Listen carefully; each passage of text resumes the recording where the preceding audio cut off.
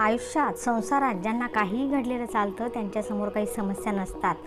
Coffee की चहा इतक्या साध्या ऐहिक गोष्टींपासून ज्या माणसांना विशिष्ट गरजा आहेत, आवडनिवड आहे, त्यांच्या समस्या रोज जाग आल्यापासून सुरू होतात. त्यात पुढे मग दुधाचं प्रमाण किती, टेम्परेचर किती, ब्रँड कोणता, एक न संपणारी किंवा कुठून सुरू झाली ह्याचा पत्ता लागू न देणारी मुंग्यांची रांग. ही रांग जेव्हा वैचारिक भूमिकेपर्यंत जाऊन पोचते आणि अग्रहक्क मागू लागते तेव्हा डोक्याचं वारूळ झाल्यास नवल काय.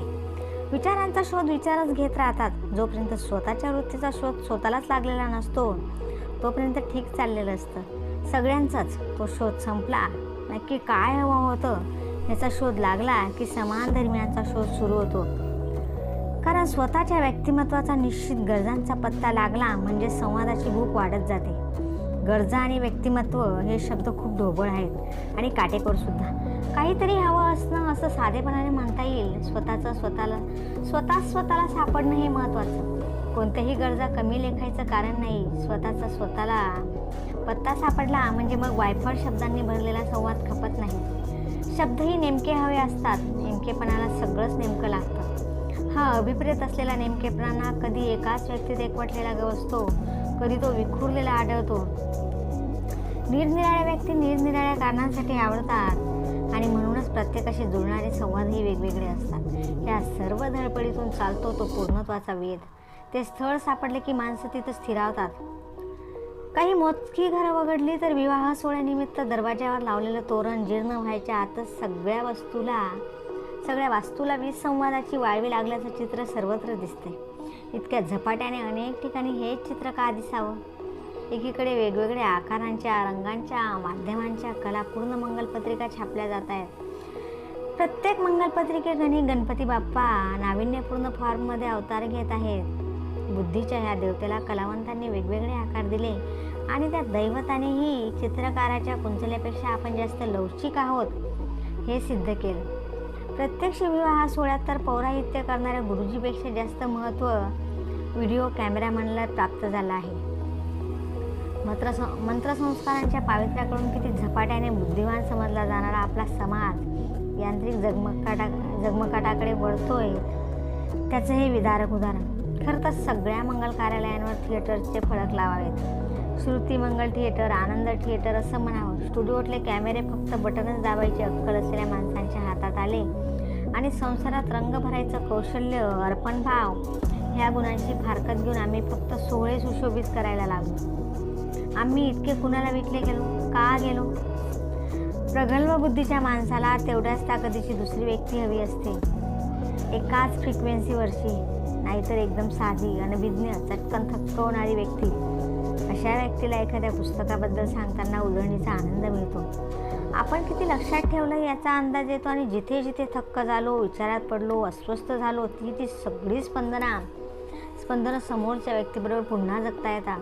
ही किती अफाट व्यक्ती आहे असा भाव दुसऱ्याच्या डोळ्यात तरंगताना दिसल्याशिवाय केलेल्या व्यासंगाला कोंदण मिळत नाही. बुद्धिमान माणसाची तीही एक गरज असते. म्हणूनच की काय, कधी कधी प्रतिभाशाली माणसं मीडिऑकर लोकांच्या घोळक्यात रमताना दिसतात. 100पैकी 99 कुटुंबातून ह्याच कहाण्या घडतात. म्हणूनच सगळी सुबत्ता असून नजर लागेल अशी परिस्थिती असूनही माणसं चिंतेत असतात.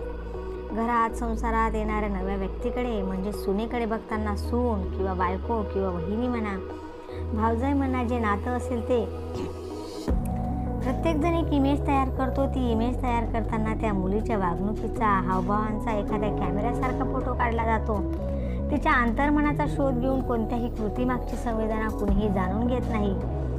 प्रत्येकाचं स्वतःने तयार केलेल्या इमेजवर प्रेम बसतं. त्या प्रेमापायी प्रत्यक्षात वावरणारी व्यक्ती उद्ध्वस्त झाली तरी फिकीर नाही. पण स्वतः तयार केलेली चुकीची प्रतिमा अभंग राहील अशी धडपड कुटुंबातील माणसं करतात. कारण त्यांनी निर्माण केलेली प्रतिमा खोटी निघाली तर त्यांच्या स्वतःच्या भूमिकेला तडे जातील, ते स्वतः उद्ध्वस्त होतील अशी त्यांना भीती वाटते. ही अशी माणसं भ्याड असतात, क्रियाशून्य असतात. क्रियाशून्य माणसं खूपदा इतरांचं कर्तृत्व अमान्य करतात. अशी माणसं कळप करून जगतात आणि सतत कार्यरत असणारा माणूस चुकतो कधी ह्याची वाट बघतात. दुर्दैवाने जर अशी कर्तृत्वशून्य साथ आणि आळसापायी आयुष्य तारुण्य वाया घालवणारी संतती वाट्याला आली तर एखाद्या बाणेदार स्त्रीने काय करावं? अशा नादान माणसांसाठी तिला आयुष्यभर खपावं लागतं. तशी ती राबते, पण ते करताना तिला प्रक्षोभ आवरता येत नाही. ती वाक्ताडण करते आणि श्रेय गमावते. सौंदर्य हा प्रचंड मोठा सर्वस्पर्शी शब्द आहे. भरपूर मेहनत करून घामाचा वर्षाव करीत जाणारा हातगाडीवाला दुपारच्या भाजणाऱ्या उन्हात सौंदर्याने चमकत असतो. कष्ट हे सौंदर्य, बुद्धी हे सौंदर्याचंच रूप, नम्रता म्हणजे देखणेपणा, कोणतेही काम भक्तीने करणं हेच सौंदर्य आणि प्राप्त झालेली कोणतीही शक्ती कुजवत ठेवणं ही कुरूपता. समोरच्या चालत्या बोलत्या माणसाशी जितकं छान वागता येईल तितकं छान वागायचं. आपल्यामुळे दुसऱ्याचं आयुष्य दुःखी होत नाही एवढं माणूस नक्की सांभाळू शकतो. तुमचे पूर्वज दारिद्र्याला घाबरले नाहीत, तुम्ही पण घाबरू नका. तुमच्या वाट्याला इतरांचे वैचारिक दारिद्र्य पचवणं आलं आहे तेही पचवून दाखवा. सातत्य हा निसर्गाचा धर्म नाही, तेव्हा ढोंगयुग संपेल. भविष्याबद्दल निराश राहण्याचा आपल्याला अधिकार नाही. तुमच्या सहवासात जी माणसं येतात तेवढंच जग नाही, हे जग अजून चाललं. याचा अर्थच हा की इथं चांगलं जास्त आहे, वाईट कमी आहे. प्रिया, तू प्रेमात पडली आहेस, मला माहीत आहे. संकेतस्थळी क्षणी आज तुम्ही दिवसातल्या 24 तासांपैकी 2-3 तास एकमेकांना भेटत असाल. या 2-3 तासांच्या भेटीत परस्परांना न दुखावण्याची पराकाष्ठा चालते. 17-18 तास भेटीसाठी वाट पाहण्याचा टॅक्स भरलेला असतो आणि पुन्हा तितक्याच तासांची प्रतीक्षा करायची शिक्षा असते. त्यामुळे ह्या सुटपुटत्या भेटीत फक्त एकमेकांना सुखी करण्याची आश्वासनं दिली घेतली जातात. निरीक्षणातच दंग असलेला जीव परीक्षणासाठी मोकळे राहतच नाहीत. तरी सांगतो, हाच कालखंड अभ्यासाचा आहे. ह्या अभ्यासात आपला जोडीदार आपल्याशी कसा वागतो ह्याचाच केवळ अभ्यास करून चालणार नाही. मित्र, मैत्रिणी, वडीलधारी माणसं, घरातले नोकर चाकर, हॉटेलातले वेटर्स, रेल्वेतले सहप्रवासी, टॅक्सी रिक्षावाले, नातेवाईक, दुकानदार, थोडक्यात म्हणजे संसाराला प्रारंभ केल्यावर ज्या ज्या व्यक्तींचा समाजात समावेश होतो त्या सर्वांशी त्याचं वागणं कसं आहे ह्याचं अवलोकन तुम्ही करायला हवं. कारण दैनंदिन व्यवहार या सगळ्या घटकांवरच अवलंबून असतो. सुख आणि संवाद या तराजूत तोलून खरेदी करण्याच्या वस्तू नव्हे ते तुम्ही जाणता. तुमचा माझा परिचय नसताना तुम्ही आपण होऊन फोन केलात आणि संवादाचा आनंद मिळवलात आणि दिला. प्रपंच करणाऱ्या माणसांचा आनंद ह्या ना त्या स्वरूपात व्यवहारातच गुंतलेला असतो. व्यवहारासारखी परखड गोष्ट सुसंवादाने सुलभ होते. या सुसंवादाचं वेड, छंद तुमच्या जोडीदाराला आहे की नाही ह्याचाच कसून शोध घ्या. वेगवेगळ्या स्वरातल्या व्यक्तींशी बोलताना तुमचा सखा त्या गोष्टी जोडत व्यवहार साधतो की मोडतो, करीत कार्यभाग उरकतो हे ते पहा.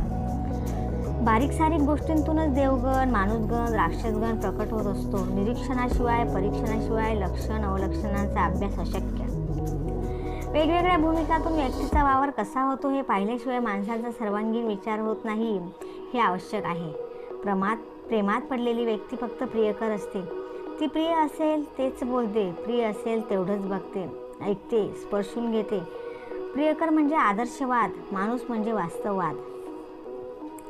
संसारातल्या प्रत्येक व्यक्तीची सुखाची कल्पना, सुखाच्या जागा, सुखाची साधनं ही वयानुरूप, कालानुसार निरनिराळी असतात आणि प्रत्येक जण त्याच्या कल्पनेतल्या सुखामागे पळतोही.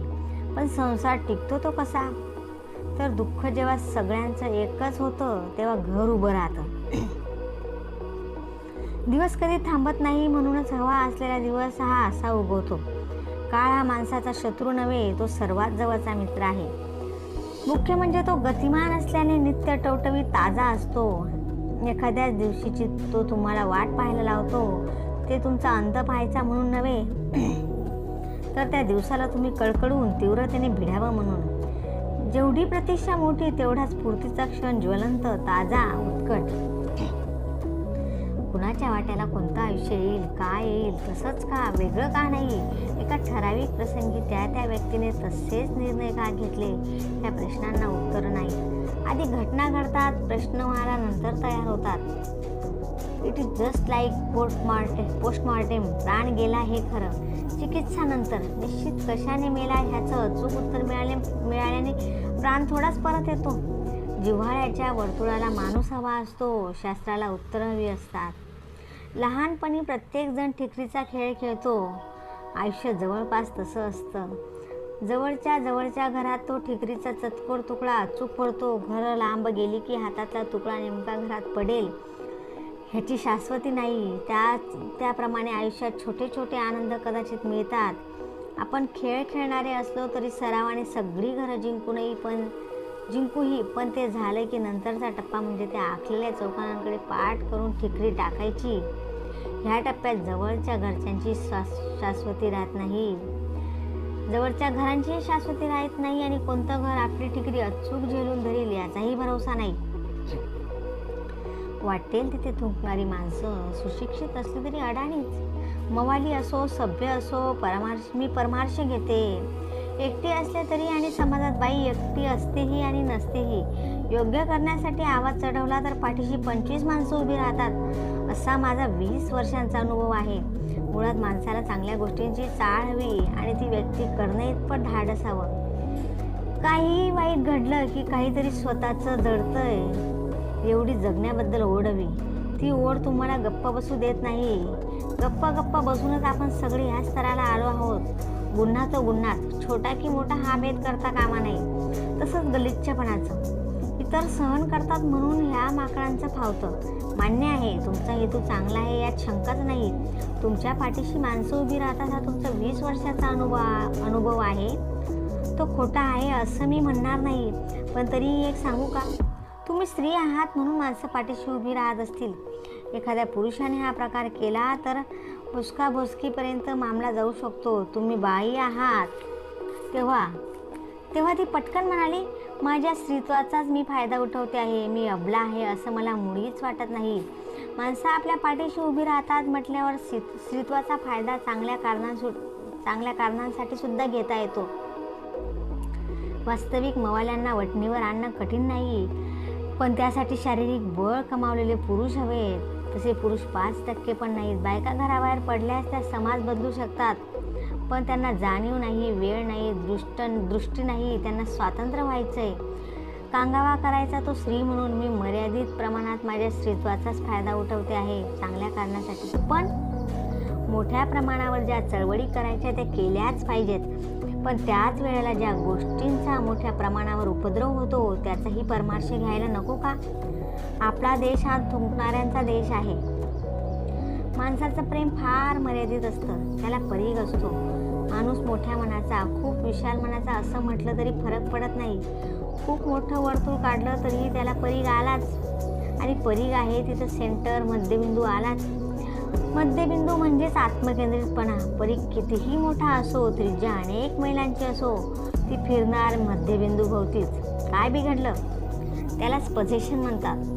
मध्यबिंदूवर मग पत्नी असो किंवा प्रेयसी, परिघाशिवाय वर्तुळ पूर्ण करण्याची क्षमता फक्त निसर्गाजवळ असते. माणसाने त्या विराट, अंत नाही, स्वार्थ नाही, हक्क नाही अशा वर्तुळात जावं. मागणी करायचीच तर ती इतक्या मोठ्या प्रेमाची करावी, त्याच्याखाली कॉम्प्रोमाइज नकोच. भक्तीचं, आराधनेचं बदललेलं रूप म्हणजे कला. भक्ती स्वतःसाठी असते. सगळे संत वेडेपिसे झाले होते. ते स्वतःसाठी त्यांचं भजन, कीर्तन, साधना सगळं स्वतःसाठी होतं. ते जास्तीत जास्त निसर्गाजवळ जात होते, विजनवासात रमत होते. निसर्गातली प्रत्येक गोष्ट स्वतःसाठी फुलते. निर्मनुष्य अरण्यात फुलं फुलतात, झरे वाहतात, पक्षी विहरतात. समाधान, तृप्ती या पूर्ण होणाऱ्या भावना आहेत असं मानलं तर तो प्रवास हा तृप्तीच्याच मुक्कामावर संपतो. रेल्वेचे रूळ कधीही एकमेकांना भेटणार नाहीत हे नक्की, म्हणूनच आपण तो बिंदू कधीही शोधणार नाही. त्याप्रमाणे ह्या भावनांना अंत नाही. ही खूणगाठ पक्की झाल्याशिवाय पळापळ थांबत नाही.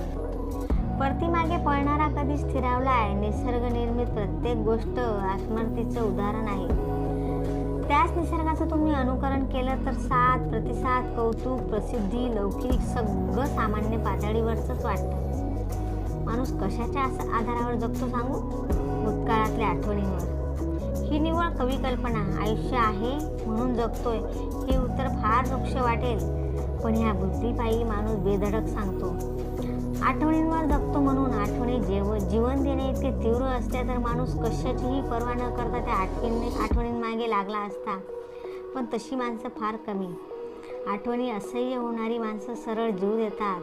इतर आपल्या नशिबातच नव्हते असं म्हणत रडगाणी गात आयुष्याशी कॉम्प्रोमाइज करतात. आर्थिकदृष्ट्या स्वतःच्या पायावर उभं राहण्याची काही सुशिक्षित स्त्रियांवर परिस्थिती वेळ आणते. बुद्धिमान मुली ते आव्हान स्वीकारतात, स्थिरावतात, यशस्वी होतात आणि कधी कधी 4 अक्षतांनी बांधल्या जातात. पुरुष नोकरी सोडायला लावतात. दिवस किती मोठा असतो ते अशा वेळी त्यांना जाणवतं आणि त्याहीपेक्षा आयुष्यभर नवऱ्याची लहर सांभाळावी लागणार हा विचार जास्त कुरतडणारा असतो. नोकरी निव्वळ पगारासाठीच असते का? शरीराबरोबर ती बुद्धीची गुंतवणूक असते, संयमाची शिकवण असते, शिस्तीचा वस्तुपाठ असतो. आपल्या वाचून काही प्रमाणात इतरांचा अर्थ या अहंकाराला नोकरीच्या निमित्ताने एक सेफ्टी वॉर्ड मिळतो. परिवर्तन ही अंतर्मनातीलच प्रोसेस आहे. लाऊडस्पीकर लावून कानठळ्या बसवणाऱ्या आवाजात प्रार्थना म्हणणं हा राजकारणाचा भाग आहे. भक्ती, प्रेम, श्रद्धा, दया, शांती, क्षमा ही सगळी मौनाची रूपं आहेत. बाहेरच्या कोलाहलापासून लांब गेलो म्हणजे तुम्हालाच तुमचा सूर ऐकू येतो. तो सूर ऐकू येऊनही जी माणसं तिकडे दुर्लक्ष करतात त्यांना गुरु किंवा सायकियाट्रिस्ट लागतो. 25 वर्षापूर्वीच्या चुका मान्य करताना आपल्याला काही वाटत नाही. काळ फक्त सगळ्या दुःखांवरच इलाज नसतो तर चुकांवरही असतो. काल जर आपण एखाद्याचा अपमान केला तर आज दिलगिरी दर्शनू जड जातं. काही माणसांजवळ लगेच चुका मान्य करण्याचा मोकळेपणा असतोही, तरी ती गप्प राहतात का? एकच कारण, मोकळी होणारी मनं खूप असतील. मोठ्या मनाची माणसं भेटतील न भेटतील ह्या शंकेने ती गप्प राहिली असतील. स्वतःचं मन कुरतडत असतील. समाजात वाण आहे ती मोठ्या मनाची, मोकळ्या मनाची नव्हे. प्रत्येक नव्या अनुभवाचं नातं अंगावर काटा किंवा रोमांच उठवणाऱ्या केवळ एकाच क्षणाशी असतं. दुसऱ्याच पुढच्या क्षणी तो अनुभव एका क्षणाने जुना झालेला असतो, भूतकाळात गेलेला असतो. नंतरचा आनंद पुनरुक्तीचा असतो. क्षणभंगूर हे विशेषण आयुष्याला न लावता अनुभवालाच लावलं पाहिजे. मला हेही माहीत आहे की अखंड उत्साह, शोधक नजर, वक्तृत्व, प्रवासाची विलक्षण हौस हे सगळे गुणविशेष व्हिटॅमिनच्या गोळ्या खाऊन येत नाहीत. कलमी आंबा हा मातीचा सुंकार असतो. तशा काही व्यक्ती ही मातीत पडलेली स्वप्न असतात. वासुदेव, बळवंत, सावरकर, लोकमान्य टिळकांपासून खरेखुरे क्रांतिकारक विचारवंत लता, आशा वगैरेंसारख्या 3 तपांच्या वर स्वरांच्या सततधाराने चिंब करणाऱ्या पार्श्वगायिका, बडे गुलाम अली खां पासून पंडित भीमसेन जोशींपर्यंतचे गायक, बाबा आमट्यांपासून शिवाजीराव पटवर्धनांपर्यंत खरेखुरे मानवतेचे पुजारी, अशी सगळी माणसं पाहिली की सुजलाम सुफलांचा अर्थ सापडतो. राहिलेल्या सगळ्या जनगणात जमिनीत फाळ खुपसणारे आहेतच, पण जेव्हा जमिनीलाच प्रसव वेदनांचा मोह होतो, देठाला जेव्हा रोमांच आवरणासा होतात, तेव्हा कळीचा हुंकार उमटतो. त्याप्रमाणे धरित्री अशा काही माणसांना जन्माला घालते. तुमचे पूर्वज दारिद्र्याला घाबरले नाहीत, तुम्ही पण घाबरू नका. तुमच्या वाट्याला इतरांचे वैचारिक दारिद्र्य पचवणं आलं आहे तेही पचवून दाखवा. सातत्य हा निसर्गाचाच धर्म नाही, तेव्हा ढोंगयुग संपेल. भविष्याबद्दल निराश राहण्याचा आपल्याला अधिकार नाही. तुमच्या सहवासात जी माणसं येतात तेवढंच जग नाही, हे जग अजून चाललं. याचा अर्थच हा की इथं चांगलं जास्त आहे, वाईट कमी आहे. प्रेमपूर्तीत सापडल्याची शंका असते. प्रेमभंगातलं वैफल्य नवी पायवाट शोधायला लावते. स्वतःच्या मालकीची प्रेमविवाह दोन्ही मान्य, पण संसार हा व्यवहारही आहे. प्रेम करतानाही साथीदाराची वैचारिक पात्रता तपासायला हवी. संसार स्थैर्यासाठी असतो, आता स्थैर्याची व्याख्या ठरवायला हवी. अन्न, वस्त्र, निवारा ह्या मूलभूत गरजा. संसाराच्या प्रारंभी या 3ही गरजा मन मारावं लागणार नाही इतक्या ठणठणीत अवस्थेत भागणाऱ्या असतील तर ह्याच्या पलीकडच्या ज्या गोष्टी हव्या आहेत, ह्या सगळ्या वॉन्ट्स आहेत, त्या नीड्स नाहीत. मागण्या आणि गरजा इतक्या स्पष्ट फरक आहे का? अन्न, वस्त्र, निवारा ह्या किमान गरजा जो भागवू शकत नाही त्याने मुळात लग्न का करावं? पुरुष होण्यापूर्वी त्याने नवरा आणि नंतर ओघानेच बाप व्हायची घाई का करावी? वरील 3 गरजांपैकी निवारा ही गरज राज्यकर्त्यांनी इतकी महाग करून ठेवली आहे की ती घेता रक्त ओकावं लागतं. हा एवढ्याच एका बाबतीत पत्नीने आर्थिक सहकार्य द्यावं ही नवऱ्याची अपेक्षा गैर मानता येणार नाही, पण निवाऱ्याचा प्रश्नही सुटलेला असेल तर आडकाठी राहिली कुठे? Fridge, phone, Honda, T V, tape recorder हे फॅमिली मेंबर्स विकत घेऊन सांभाळायचे असतील तर फ्रीज वगळता बाकीच्या वॉन्ट्स आहेत. यासाठी तुमच्या जोडीदाराने तुमच्या मनाविरुद्ध तुम्हाला नोकरीची जबरदस्ती केली तर नाईलाजाने त्याच्या मनगटात ताकद नाही असं म्हणावं लागेल, किंवा त्याला रातोरात पॅरिस बांधून हवंय असं म्हणावं लागेल. ह्यातला दुर्दैवाचा भाग हाच आहे. कष्ट आणि वेळ, सातत्य आणि निष्ठा ह्यांच्या पाठपुराव्याशिवाय जगात काहीच मिळत नाही. ह्यावरचा उपवर तरुणाचा विश्वास उडत जाणं हा दुर्विलास आहे. अशा माणसाच्या आयुष्यात तुम्ही एकजीव होऊ शकाल का? सगळं भवितव्य त्याच्या हातात सोपवताना तुमचं अगदी छोटं पण रास्त स्वप्न लग्नाच्या होमात आहुती म्हणून टाकणार का? प्रारंभीच्या काळातलं प्रेम आंधळं असू शकतं. कोणती व्यक्ती का आवडावी ह्याला उत्तरं नाहीत, पण संसार हा एक व्यवहार आहे. प्रेमा इतकाच तो कर्तृत्वाचा भाग आहे. कालांतराने कर्तृत्वशून्य सहवास तुम्हाला नकोसा झाला तर?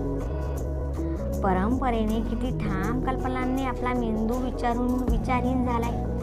सभ्य सिंधी, प्रेमळ शीख, प्रामाणिक दुकानदार, न लुटणारा व्यापारी, निष्ठावंत कार्यकर्ता, निस्वार्थी लीडर, सत्ता नको असलेला पक्ष, धर्मातीत विचारांचा मुसलमान असं समीकरण होऊच शकत नाही हे ठाम गृहीत धरून आपण विश्वबंधुत्वाच्या गप्पा मारतो.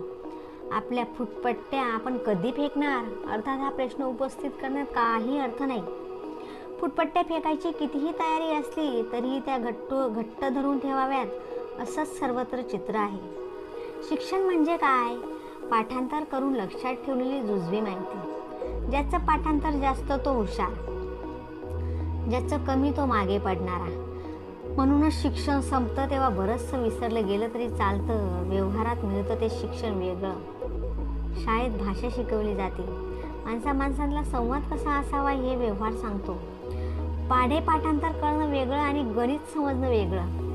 शरीरशास्त्र वेगळं तर आतला माणूस त्याहून निराळा. एकूण सुहर किती याची संख्या समजणं आणि संगीताचं आकलन होणं ह्या भिन्न गोष्टी आहेत. ह्या सर्व उंची आणि जाडी वाढवणाऱ्या, मनाची खोली वाढवणाऱ्या गोष्टी वेगळ्या. तेवढ्यातच वरवर नजरेत आपण प्रतिसाद देणारं एक शरीर शोधतो. डिग्री पाहून, ऐपत पाहून 2 रुपयांचा नारळ, 5 रुपयांचे पेढे, आता 8 आण्यांचा हार आणि चपला सांभाळणाऱ्या बाईला 10 पैसे, एवढ्या साधनांवर माणूस देवळांपर्यंत पोचतो. देवापर्यंत जातो का?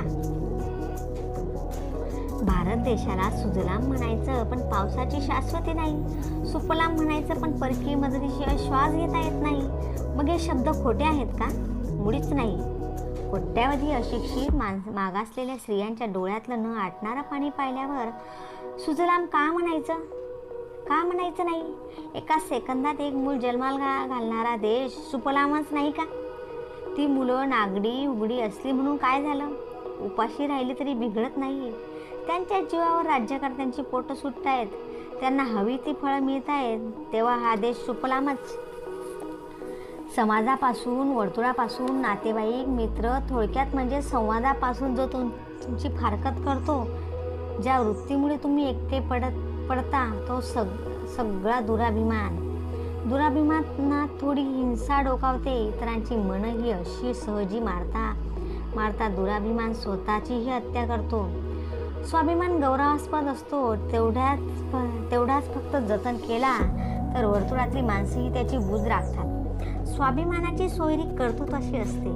कर्तृत्वशून्य स्वाभिमानाला पोकळ विशेषणाचा भरगच्च आहेर मिळतो.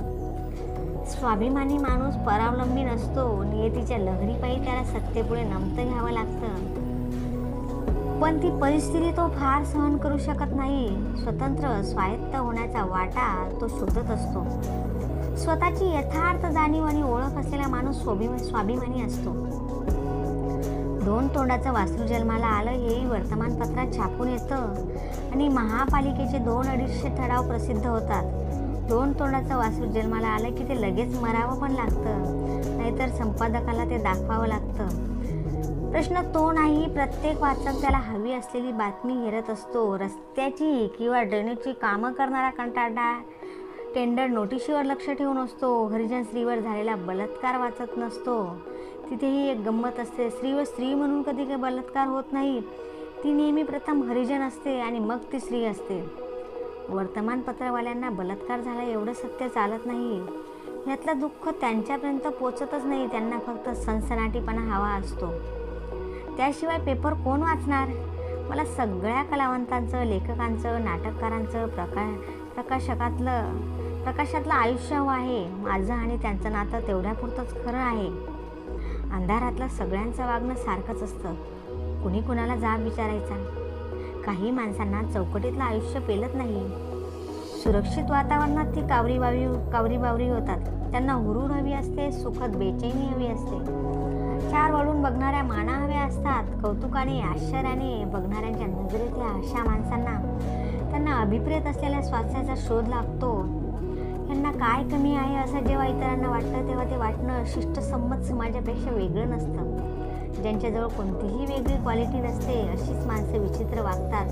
ह्या अशा माणसांना फार लवकर सगळ्याचा कंटाळा येतो. यांना कायम कसली तरी ऊब हवी असते. एखादी अनावश्यक पण नवी वस्तू खरेदी करून सुद्धा ही माणसं अशी ऊब मिळवतात. काल माझ्या नवऱ्याने ग्लास फेकून मारला आणि एक धडा शिकवला. प्रत्येकाच्या नजरेत एक ठिणगी लपलेली असते. त्या ठिणगेची चितेची ज्वाळा होई तो वाट पाहायची नाही. एवढी बिथरलीस? दादा, माझ्यासारख्या बाईला उगारलेला हात पुरेसा आहे. हत्या करायला प्रत्येक वेळी हत्यारच लागतं असं नाही. ह्या काचेच्या तुकड्यात मला सूर्यांपासून बंदुकीच्या गोळीपर्यंत सगळी शस्त्र दिसतात असं म्हणू नकोस. तसंच म्हणायला हवं. शेवटी शस्त्र हा ऐपतीचा भाग आहे. वृत्ती महत्त्वाची. ह्या वृत्तीशी मुकाबला करण्याला शक्ती मिळवायला हवी आणि त्यापूर्वी पशुत्वाची पहिली ठिणगी ओळखायची नजर कमवायलाही हवी. तेही लग्न झाल्यावर नाही तर बालपणापासून. Absolutely right. पण हे कसं जमायचं? माझ्या मते हे काम आईवडिलांचं आहे. पाशवी वृत्तीने कुणालाच वागायचा अधिकार नाही. भावाला, बहिणीला, मित्रमैत्रिणींना, आईवडिलांना, माणूस म्हणून घेणाऱ्या कोणत्याही व्यक्तीला. अन्यायाशी प्रतिकार करण्याची ताकद मुलांना, मुलींना लहानपणापासून द्यायला हवी. पण हे कधीच घडणार नाही का? स्वतः आईबापच त्या पशुत्वाच्या ठिणगीच्या शापातून मुक्त नसतील तर स्वतःच्याच मुलांना आपल्या विरुद्ध युद्ध करण्याचं शिक्षण कोण देणार? पण पशु म्हणजे अगदी जंगली जनावरच असा अर्थ घेण्याची जरुरी नाही. अहंकार हीच पशुत्वाची ठिणगी. काही दुखणी जन्मजात असतात, काही तुम्हाला आयुष्याच्या मध्यावर गाठतात. मधुमेह, रक्तदाब वगैरेंसारख्या व्याधी हिंदी चित्रपटातल्या खानदान, घराणे की इज्जत वगैरेसारख्या अचानक जाग येऊन उपटतात. 3 ते 5,000 फूट फिल्म मस्तपैकी काश्मीरी, शिमला, बर्फ, झाडांना मिठ्या ह्यात जाते आणि मग अचानक कोणी एक गॉगलधारी कॅनडाहून येतो आणि घोडे एवढा हिरोईनचा वाढदिवस साजरा होत असताना तिथं उपटतो. कोणत्या वातावरणात उपटायचं हे त्यालासुद्धा कळत नाही. पियानोपाशी अंगाला झटके देत नाचणारे हिरोईनला मग बाप सांगतो, मैंने बचपन से तुम्हारी शादी जिससे पक्की की थी यह है वही. कोणता तरी कुमार. त्याप्रमाणे रक्तदाब, मधुमेहासारख्या व्याधी झोपडपट्टीप्रमाणे ह्या कायमच्या तुम्हाला चिकटतात आणि पक्की इमारत हलके हलके घेतात. हार्ट अटॅक वगैरे कंपनीला थांबवायला सवड नसते. नेहमीचं बिल आणि मग नोटीस, बिल आणि मग तुमचं कनेक्शनच केव्हा तरी तोडणं. पिढीजा जन्मता दुखणं म्हणजे अस्थमा वगैरे. तुमचा श्वास पुरता जाईपर्यंत हे दुखणं केव्हाही रास्ता रोको आंदोलन पुकारणार. ही सगळी दुखणी परवडली. संवादाची भूक या व्याधीवर उपाय नाही. रडण्याचं नातं वात्सल्याशी जोडण्याऐवजी जी माणसं ते नातं दुर्बलतेशी जोडतात ते माणसं पाणी ओघळू देत नाहीत. निरनिराळ्या लोकांच्या दृष्टिकोनातून आपण जर स्वतःला पाहू शकलो तर आपल्याला खूप नवे मित्र आपल्यातच मिळतील. लेखक 4 सामान्य माणसांसारखाच असतो. त्याच्याकडे समस्येवर उत्तरं नसतात. स्वतःच्या आयुष्यात निर्माण होणाऱ्या समस्या सोडवताना जिथं त्याची दमछाक होते, चुकीच्या कृतीचे फटके तोही खात असतो, तिथे इतरांच्या समस्या तो काय सोडवणार? अन्याय दिसला की लेखक खवळतो. मग तो माणसाने माणसांवर केलेला असो किंवा नियतीने माणसांवर. अवसर मिळून सुद्धा माणसात परिवर्तन का होत नाही? आळसमध्ये येतो की अवसर मिळाला आहे हेच ध्यानात येत नाही. आळसमध्ये येतो की अहंकार. आणखी एक महत्त्वाचा घटकही परिवर्तनाच्या मार्गात आडवा येतो. आपण आपल्यात कोणतंही परिवर्तन घडवून आणलं नाही तरी आपलं काहीही बिघडत नाही असं माणसाच्या ध्यानात आलं की संपलं. मळलेली पायवाट सोडायचं धाडस कुणी सहसा करत नाही. एका क्षणात दृष्टिकोन बदलणं हे साधं सुधं स्थित्यंतर नाही. जगातली सर्वात अवघड गोष्ट म्हणजे विचार बदलणं. इतर गोष्टी केव्हाही बदलता येतात. आज आवडलेली गोष्ट उद्या फेकून देता येते, आवडली नाही तर. पण नवा विचार स्वीकारणं ही खूप मोठी घटना आहे. हा काळा आणि हा पांढरा अशा दोन कप्प्यात आयुष्याचे सगळे रंग भरता येत नाहीत.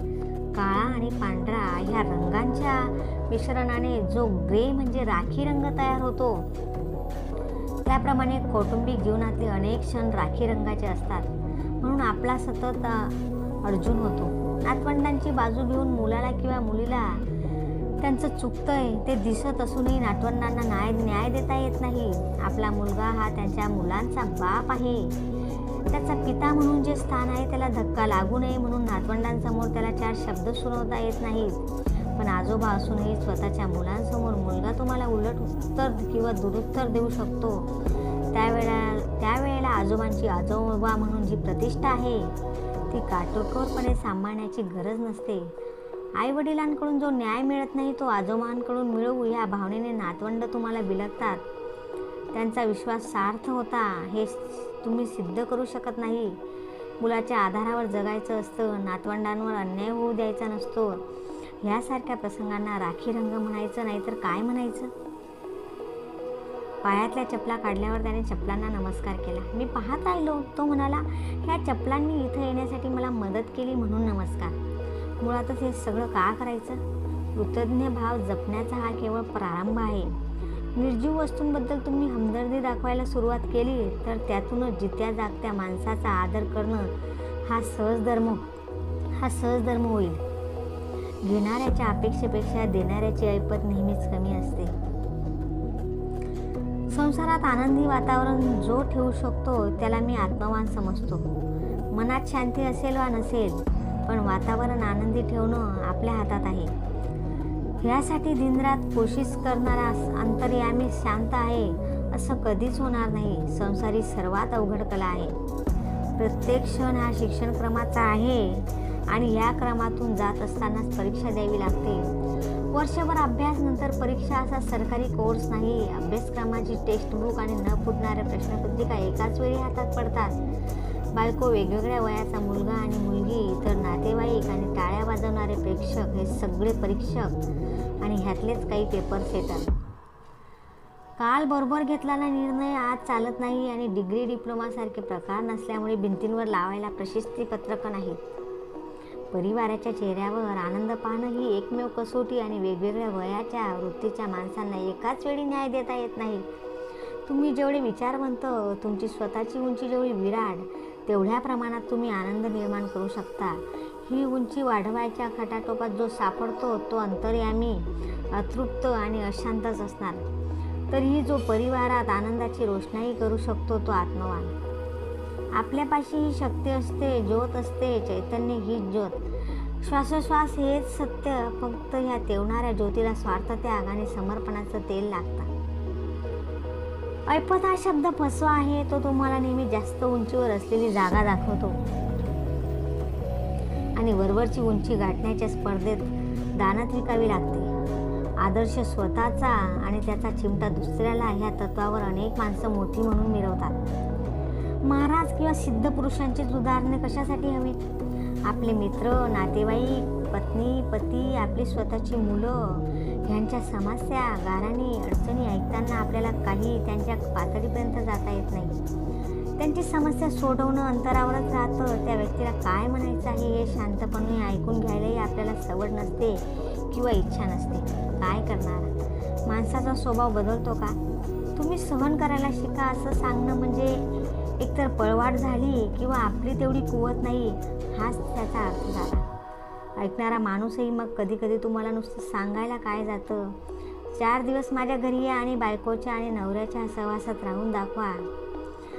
बायकोच्या किंवा नवऱ्याच्या सहवासात राहून दाखवा असं म्हणतो. ह्या त्यांच्या प्रतिपादनातच आपण त्यांच्या पातळीपर्यंत जाऊ शकलो नाही. असा अर्थ होतो.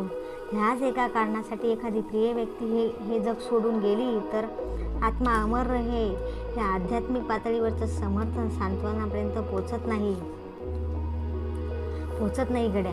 आयुष्य खूप साधं असतं, कधी कधी खूप रटाळ असतं. आयुष्याचा महोत्सव करता आला पाहिजे. श्वास घेणं आणि सोडणं याला जगणं म्हणत नाहीत. प्रत्येक श्वास घेताना आसमंतातल्या सुगंधाचा प्रत्यय आला पाहिजे.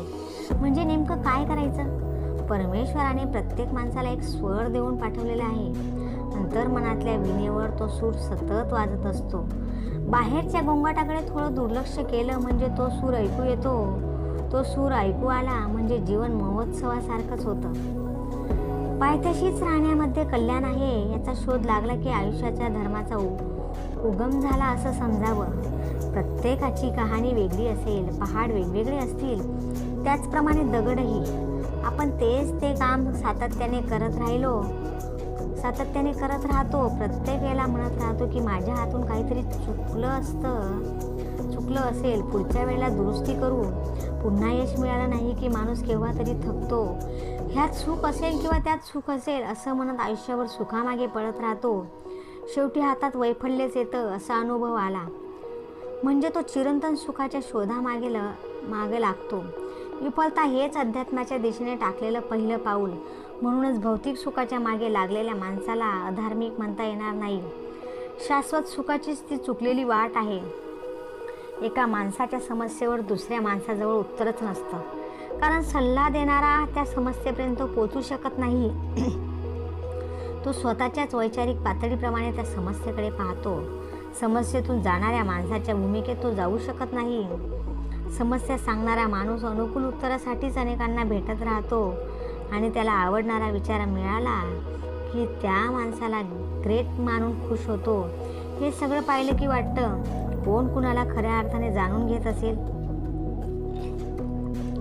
नवीन वाहन घेतलं की 8-10 दिवस आपण स्वतः धुतो.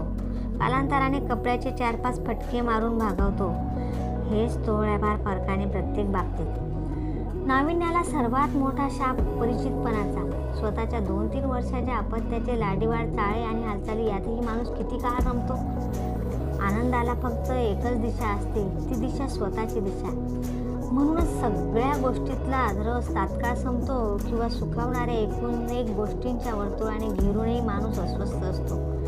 काही माणसं तापट असतात, काही आढ्यतेखोर, काही भूमी तर काही गर्व करणारी, काही ऑर्थोडॉक्स तर इतर न्यूनगंडवाली, धूर्त, लबाड, लफंगी, खोटारडी, नम्र, भिवून राहणारी, एदी, आळशी, सतत उसन्या पैशांवर आयुष्य रेटणारी. प्रत्येक माणसाबरोबर एक नवा धर्म जन्माला येतो. खरं तर तो स्वभाव धर्माला परिवार लाभला म्हणजेच त्याचा धर्म होतो. पाठोपाठ संघटना, युनियन आणि युनियन म्हणजे उपद्रव. नाव, संघटना, पण विघटन हे त्यांचं कार्य. एकटा माणूस धार्मिक असू शकतो, पण त्याला अनुयायी म्हणजे गर्दी लाभली की तो तयार होणारा समाज धार्मिक असूच शकत नाही. तो हिंसेकडेच वळतो. आपण जेव्हा प्रेमात पडतो त्या वेळची स्वतःची अवस्था कशी झालेली असते हे प्रत्येकाला माहीत आहे. लग्नानंतर काय होतं? दोघांचेही आनंदाचे, सुखाचे रंग बदलतात, वेगवेगळे होतात. प्रेमाची गरज ही जेव्हा आनंदाची संयुक्त व्याख्या असते, संकल्प एक असतो, एकच मंदिर असतं, तेव्हा पायवाटही एकच असते. ती पूर्ण परिचयाची होते. मग थ्रिल नाहीसा होतो. हाताशी असलेल्या सुखात एक सुरक्षितता असते. पिंजऱ्यातला पोपट किंवा फिश टँकमधले मासे आता कुठे जाणार अशी अवस्था झाली की आपण पिंजऱ्यापाशी किंवा माशांकडे किती काळ बघत राहतो. सर, कंटाळ्यात 2 जाती आहेत. कंटाळा कशाचा आलाय ते नेमकेपणाने सांगणारे आणि कशाचा कंटाळा ह्याचा उलगडाच न होणारे. जे नेमकेपणाने सांगू शकतात ते हॉबी शोधतात, स्वतःला वाचवतात. भौतिक सौख्य इतका मोठा शब्दही वापरायचं कारण नाही. अमुक एक काम करण्यात मोठा आनंद आहे किंवा एखाद्या विशिष्ट व्यक्तीशी गप्पा गोष्टी केल्याशिवाय चैन पडत नाही. प्रत्येकाच्या वृत्तीनुसार त्याचं हरवणं, सापडणं, हुरूर वाटणं हे सगळं भावविश्व स्वतंत्र असतं. ह्या अनंत प्रवासात कितीतरी मित्र भेटतात. या माणसांशिवाय मी जगू शकणार नाही असं वाटायला लावणारी अनेक माणसं एक ठराविक कालखंड सुगंधित करून जातात. आयुष्याला गती देतात. जगावं असं काहीतरी एक आहे असं वाटायला लावतात. काही काही जणांना एका ठराविक हॉटेलमधलं जेवण आवडतं, नंतर अतिपरिचयाने म्हणा किंवा आपल्या सुखाच्या व्याख्या बदलतात. म्हणून समजूया, आपण त्याच ठिकाणी फार काळ रमत नाही. तेच माणसांच्या सहवासाच्या बाबतीतही घडतं. स्वतःच्याच सावलीवर तो भाळला, तो फासला. सगळ्या आयुष्याचा अर्थ घालवणारा, अंतर्मनातल्या विणेचे तुकडे करणारा हा एकमेव शब्द जास्त. That's all.